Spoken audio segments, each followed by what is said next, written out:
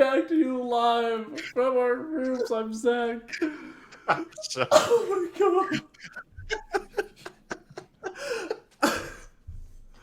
Oh my fetch. I mean, if you really think about it, it's kind of true. Just depends on the people. Okay. Um, gentle listeners, beautiful people that don't listen to our podcast, but I don't know, maybe you are still here at the end. Let me know what you thought of Sean's comment at the very, very end of the outro. In the comments down below, and No, here. You know what? I'm going to defend myself right now. no. We don't. There's no defense for you. And not even the viewers about will that. decide your fate. Here is my theory on intimacy. Okay, are you ready? This is my theory on intimacy. This is my theory on intimacy. Okay. Okay. Intimacy, my definition, is being so close to someone that you are willing to be around all their disgustingness. Okay. That's it. That's all being intimate means. Because what do you really classify as disgustingness? Saliva, bodily fluids. Like, Okay. when you're intimate with someone, all of a sudden you're just willing to be around all the stuff anyone else you're not going to deal with. And that's what intimacy is. Here's what I see a problem with your description of disgustingness. Uh-huh. Isn't that an opinion?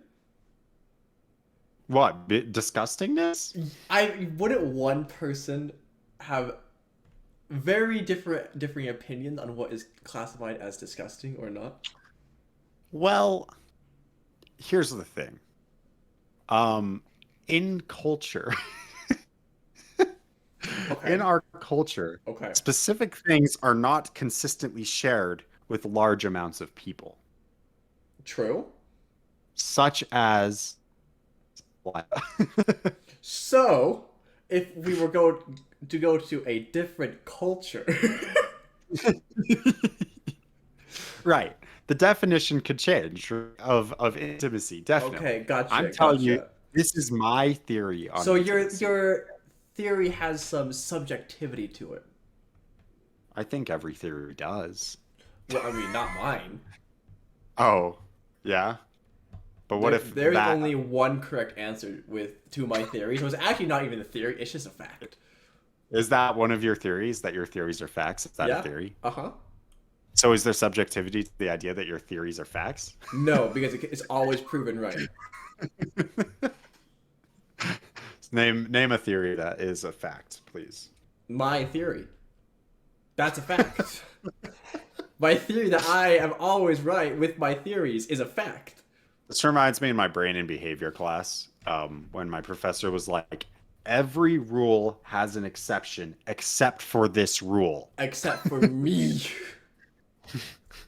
This rule is the exception to the rule. That's so, I like that. I am the exception to the exception. Zach, every time I've looked at you, I've thought, what an exceptional young lad. That's what I think of. No. An exceptionally exceptional lad. Right? An exceptionally exception. Thank you.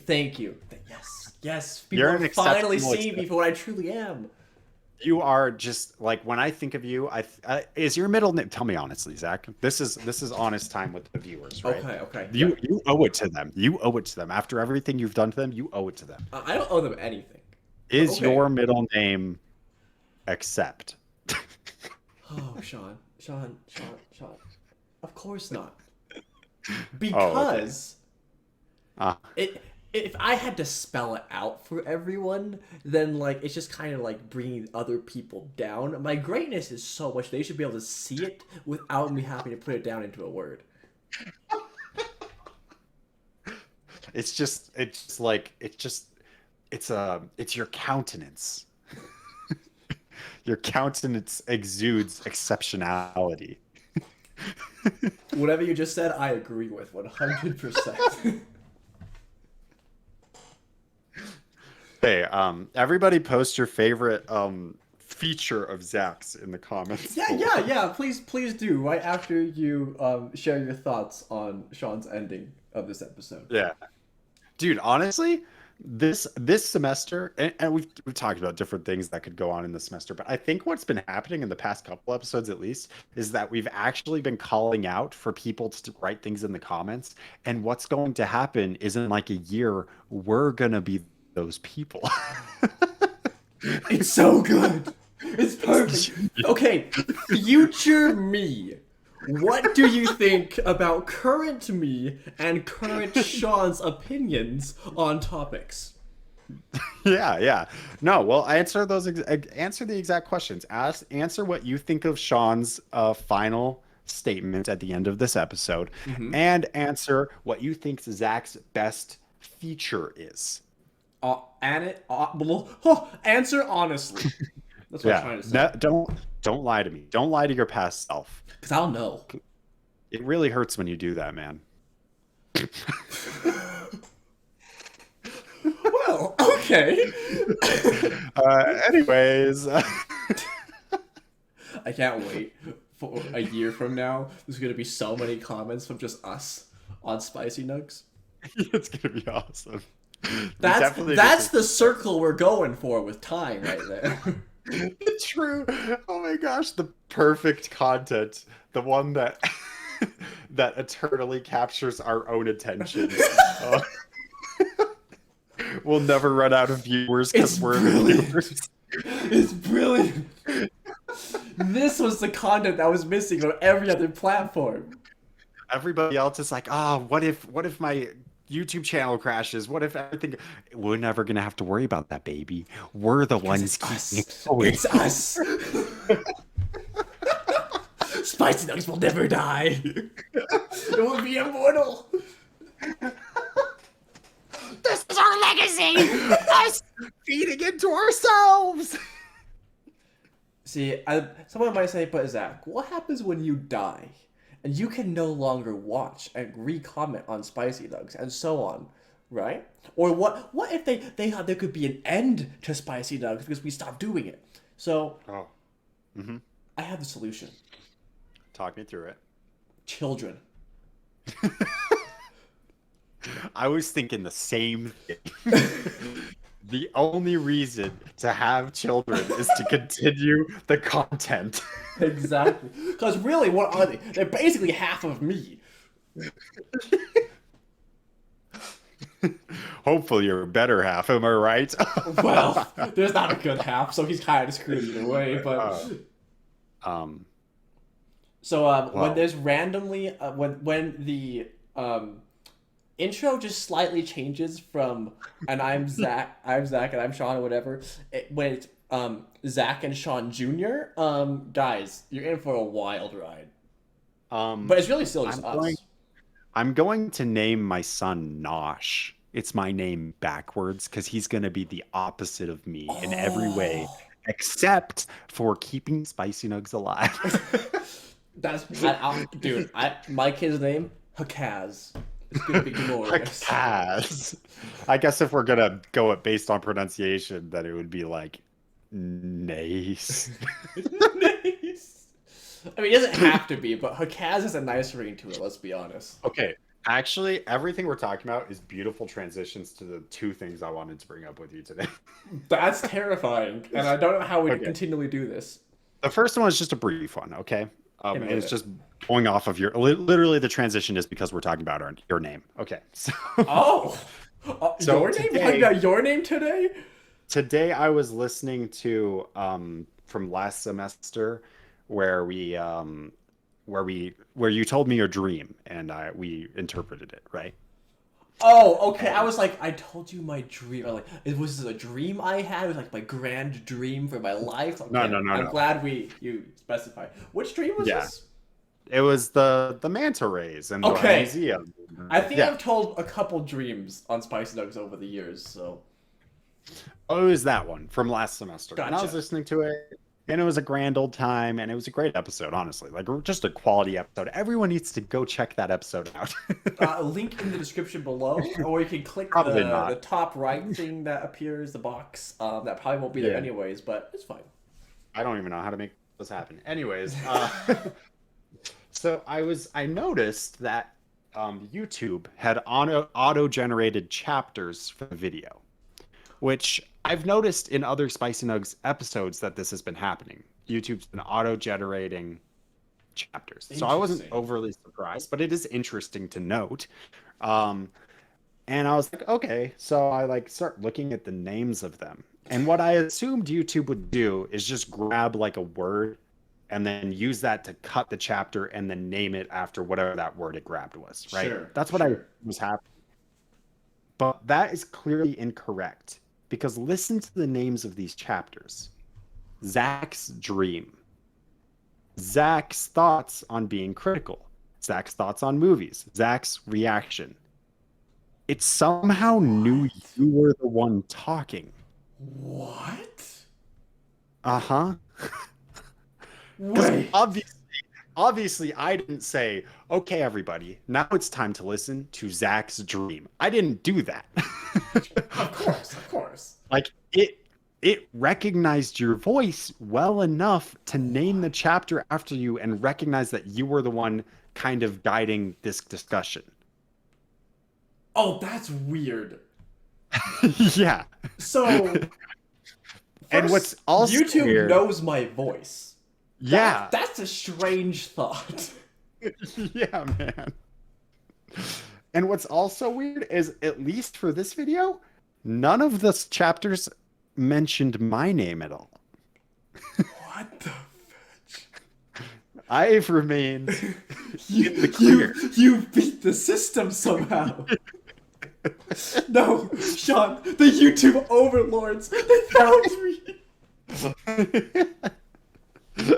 They got you, man. They got you. Wait, do you think...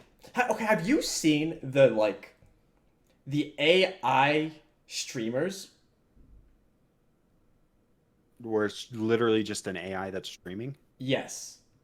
No, I haven't. There are literally AIs that stream now. Whoa. Even stranger, there's a content creator named Asmongold. He played a lot of World of Warcraft. He does a lot more just other stuff now. But there is an AI version of him. Whoa. And it's strangely accurate with how he presents himself on stream and stuff. It's kind of obviously it's not perfect and there's glitches, right? But yes, there's an AI version of him. Honestly, for some reason, hearing just that there's AI streamers, there's an immediate sinking in my stomach. I immediately get nervous when you say that. No, it's crazy. So here's my question: if YouTube knows my voice, can there be an AI Zach for Spicy Nugs? Have we given YouTube enough content that it would be possible to do an entire episode with an AI me? We don't even need children. It's perfect. It's perfect. Technology will do it for us. This is it, Sean. This is the future of Spicy Nugs. Eventually, AI you and AI me will record Spicy Nugs twice a week. We won't have to do anything. It will just post everything for us. And we get to watch our own content. That's not even our own content. It's gonna be incredible. That's wild. Anyways, yeah, I I didn't have anything else to go off on that. I just thought it was really interesting. Not to drag us into another AI conversation. Darn, I was all for it, but it's fine. We can go on. I have one other thing to discuss today, and this is what I want to make the brunt of this episode, assuming we're not already 40 minutes in, but you know. we're only 16. We're only half. Oh, That's we're fine. Okay, great. So I watched a video last night from a YouTube channel called, I think it was called Healthy Gamer.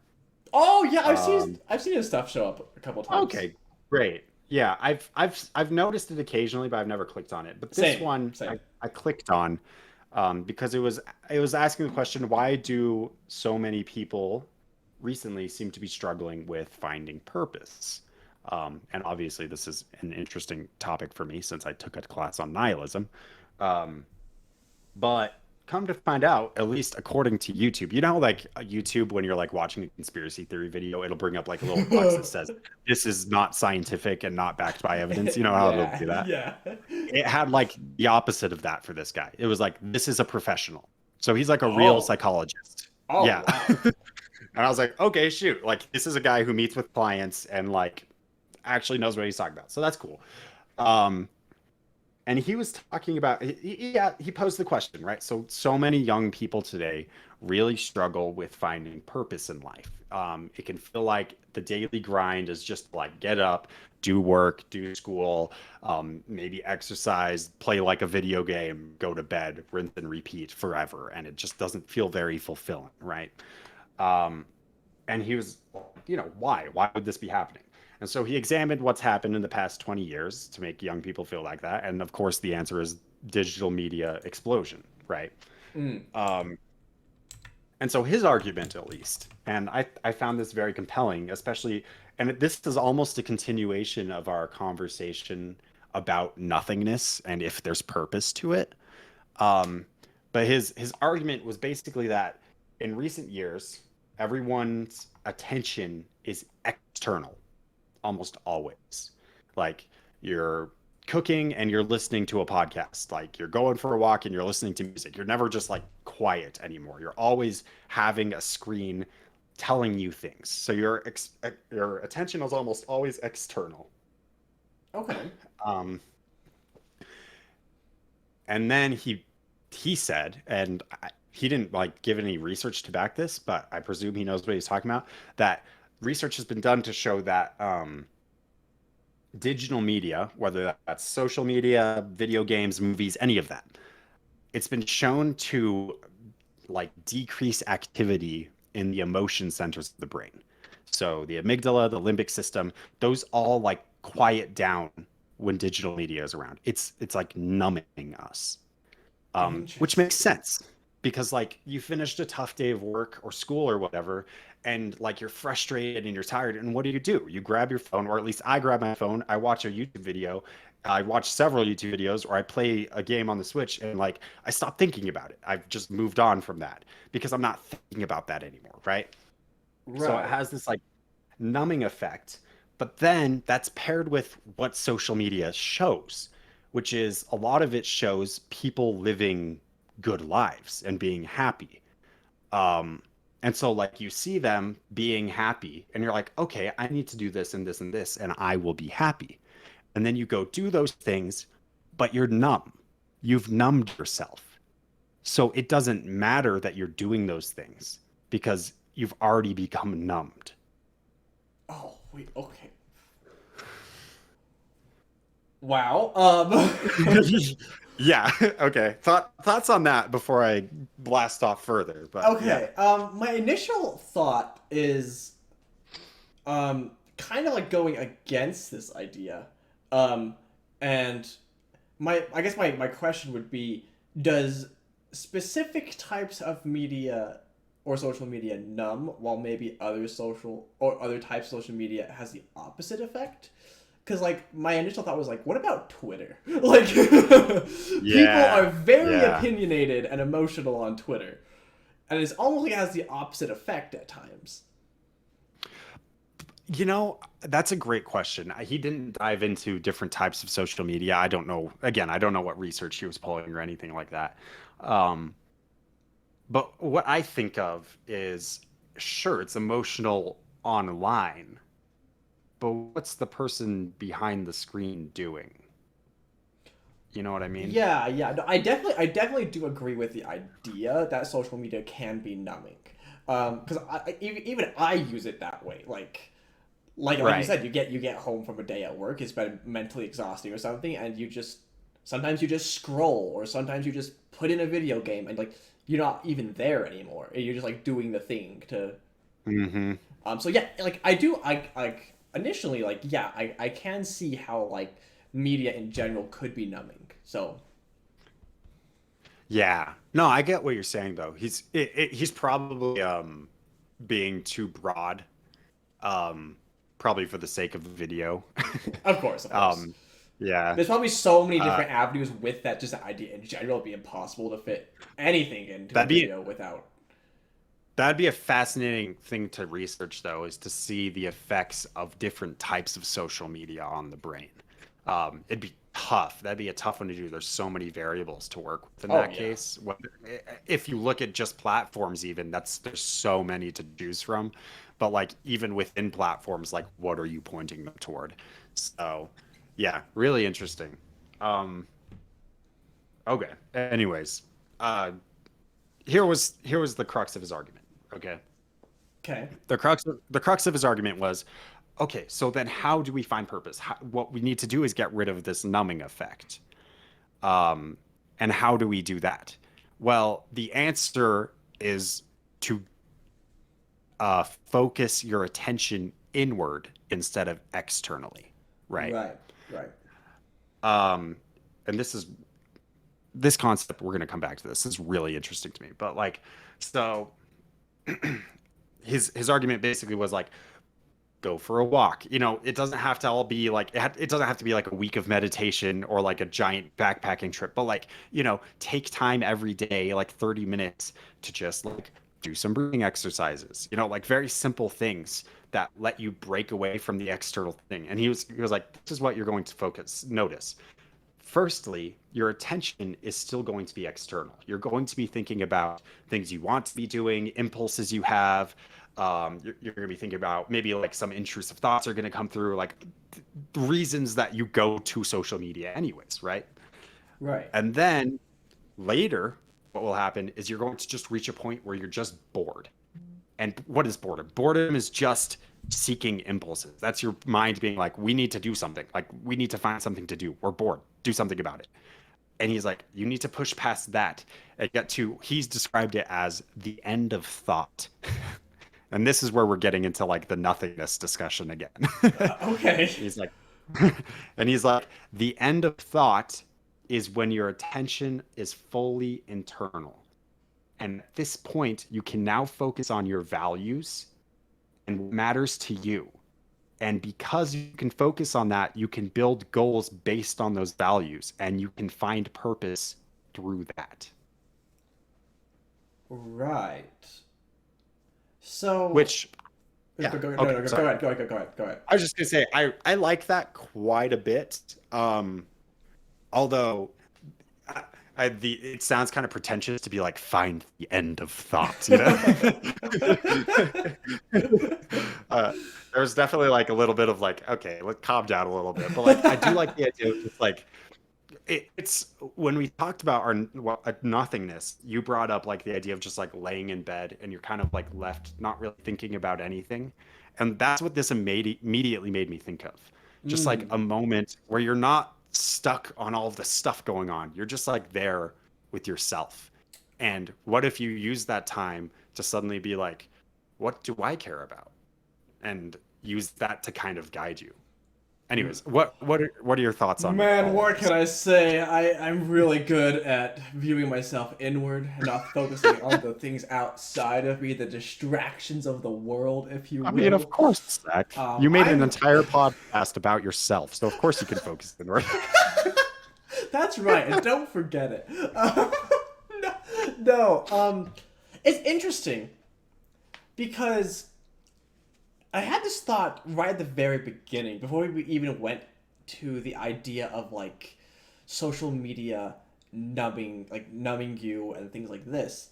But because you in the very beginning you mentioned how with social media or just like in general, we are focusing on something external to us, something outside, right? And so my immediate thought was okay, well, maybe we don't have enough time to focus inwards on what we actually care about because we're so distracted with everything else around us, right?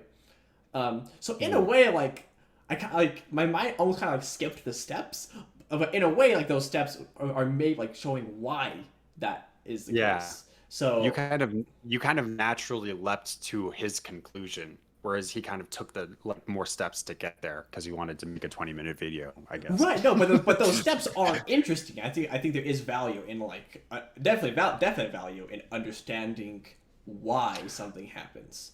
Yeah, I think that's true. But this whole idea of like looking inward is something that like when it comes to purpose, like purpose is such a hard thing to pin down because you're the only one who's going to be able to give yourself purpose or meaning. Like people can tell you what they would like you to do or how to be or like what they think you should, but ultimately you're the only one who can decide that, right? Dude, you literally just like quoted his video. Oh. Like, almost word for word you said that same thing. What the bitch? Well, what can I say? I'm basically a professional. I got my I know everything tie on today. Whoa. Sorry. Continue. No, I finished my thought, I think. Okay. Yeah, I like the recognition of the steps too, though, because I think what happens a lot, at least for me personally, is like, especially if I'm like in a bad mood or I'm having those intrusive thoughts, the last thing you want to do is sit and like think, because that's just gonna in your mind cause things to be worse. Right. But often, not necessarily always, but like often what needs to happen is you need to address those things. And what a better way to address them than to get down to your core values and like really look at it from that perspective and be honest with yourself because you're looking at what matters to you. So yeah, I really like that. This is I want to focus on this idea of like the like external attention versus internal attention, because this was something really fascinating to me, right? And this is where our conversation before about the eternal cycle of us keeping our own podcast going comes in, because like we've created quite a bit of content on the internet at this point. Strangely enough, yes. Yeah, it doesn't make sense. It seems strange that it's there, but yes. And I would say that both of us engage with that content a decent amount. Maybe not every day, but maybe like at least once a month. I don't know. Yeah, like, sure. I can't speak for you, but like certainly every now and again, I'm just like, I feel like I'm in the mood for a Spicy Nuggs video, or I'm in the mood to just like watch a scary thing. Like it just happens occasionally, not often, but like a decent amount. Yeah. And that made me be like, so there's this almost meta engagement that's external, where you're externally focusing on yourself. Weird. And what does that mean? You just broke me. Oh, not again. It's the part all over again. Okay. I'm sorry. But like realistically, like, is like, because for the most part, like even our joke through the whole series is just like, this is for us. And it's not entirely a joke. Like, it's not like we're doing this for anyone else, but like there's this level of, well, I guess I'm going to go back and watch this. And like, I enjoy doing it, but like, is it pulling my attention away from my now needs? Or is it like doing this numbing effect on my brain? Are we using ourselves to avoid looking into ourselves in the future? Yes, man. Oh, bitch. Holy crap. That's exact. Oh my goodness. I get the question into words and you're just it's freaking me out, man. Apparently yes. So here's the thing though, is whenever like we joke about like, this is for us, this is always about me, right? Like my mind, whenever I think about this concept, it's like is always for me in the moment. It's like Yes. it's for me to like just talk and get the and have a platform to share these thoughts or cool or crazy ideas or just like something that super crazy that happened during the day, right? Like it's just like an area to explore interesting things. Um, Yes. but I have never thought about the concept of this is for me as in I am making content for future me. Yeah. And I don't Um, think about it that way either, but but in like a way, we we kind of are are. doing that. And that's I don't know how to feel about that particularly. Not let alone the fact that future me is going to be using past me to avoid thinking about me. Right. So So I guess um all that's left to say is Sean, I don't know what you're avoiding right now. I don't know where you're at right now. It's going to be okay. Turn the phone off. and Take some time, go on a walk. Zach, should probably stay distracted for a little bit longer. You could really use it. Whatever you're avoiding, keep on doing that because it seems to be working out pretty great. And thank you all so much for watching. I'm still Zach, And I'm so Sean. and we'll see you next time. Bye.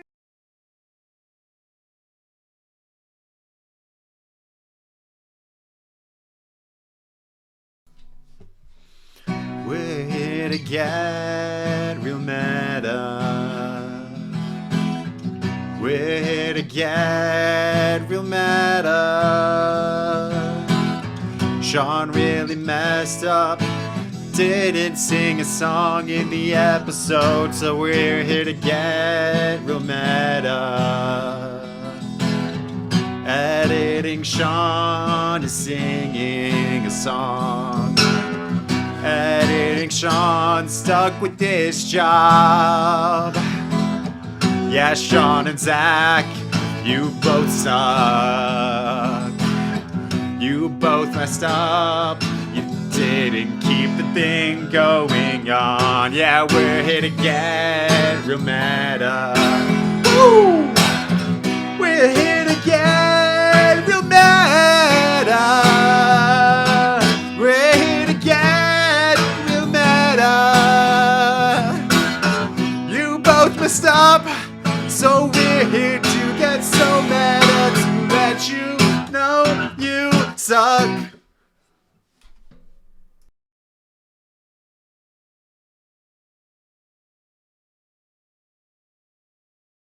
Beautiful. Where does that come in? Is that a text? Oh, it's a text. Yeah. Okay. Now our outro can be you looking at the pupper. Okay, I'm waiting for it still. Well, it's sent already, so Oh, that. Oh my gosh, you have a beautiful dog. she's a cutie. She's a cutie. Oh. Dude, This imagine this is what how- she did when I was trying to take the picture initially. Sorry, you can continue. imagine how much inborn self-confidence you would have just looking like that all the time. I God. know. Oh my gosh, look at the little paw wave. Oh. All Yeah, right. she's adorable. Never again will I ever um uh I didn't, you know what's crazy? I didn't even have a finish to that sentence at the beginning of it. I didn't like I started that sentence fully aware that I had nowhere to go, and yet I continued saying it. Have you committed? I love that. I committed far enough to say a phrase that made it sound like something was coming when nothing was ever going to be coming. You know, I like you confident, Sean.